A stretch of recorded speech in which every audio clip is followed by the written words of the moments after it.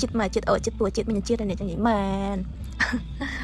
ចឹងហ្នឹងហើយអ្នកមកពីខ្មែរវិញគេមកដល់ក្រោយឡើយគេយកនំសំជ្រូកខ្ញុំសុំចេញផ្ញើអ៊ីណាហើយខ្ញុំមិនខកគេយកមកឲ្យភ្លាមខ្ញុំបងអង្គយូរទៅទុកយកខ្លៃប្អូនឥឡូវនេះខ្ញុំក៏ចាប់ផ្ដើមមកចាប់ការហែកនំមិនសំចេញភ្លក់តែម្ដងអូយទៅរៀនជួយចិត្តចឹងណាទៅណស្ងខ្លាំងមែនតានម៉ាក់អូយនេះមិនដាក់ភ្លក់ទៅខំយកចឹងតែម្ដងឥឡូវយើង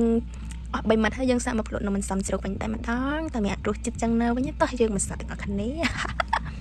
យើងលេងសាយខានហូបចូលនេះឡើងចិត្ត2ឆ្នាំ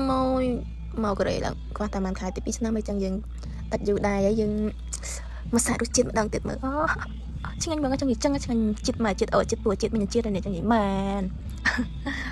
ចេះមែនហាឡើងចង់ហូសនំសំទៀតណាមាត់លើហាមអស់ហ្មងអមទៅខ្វល់ពីណាគេកូនឆៃទៅកូនឆៃម៉ាក់ឆ្ងាញ់អត់កូនឆៃយើងនេះសាយអីខានយូរនេះខាំមួយម៉ាត់ឲ្យចង់មួយម៉ាត់ទៀតដាក់ឡើងពេញមាត់មកចឹង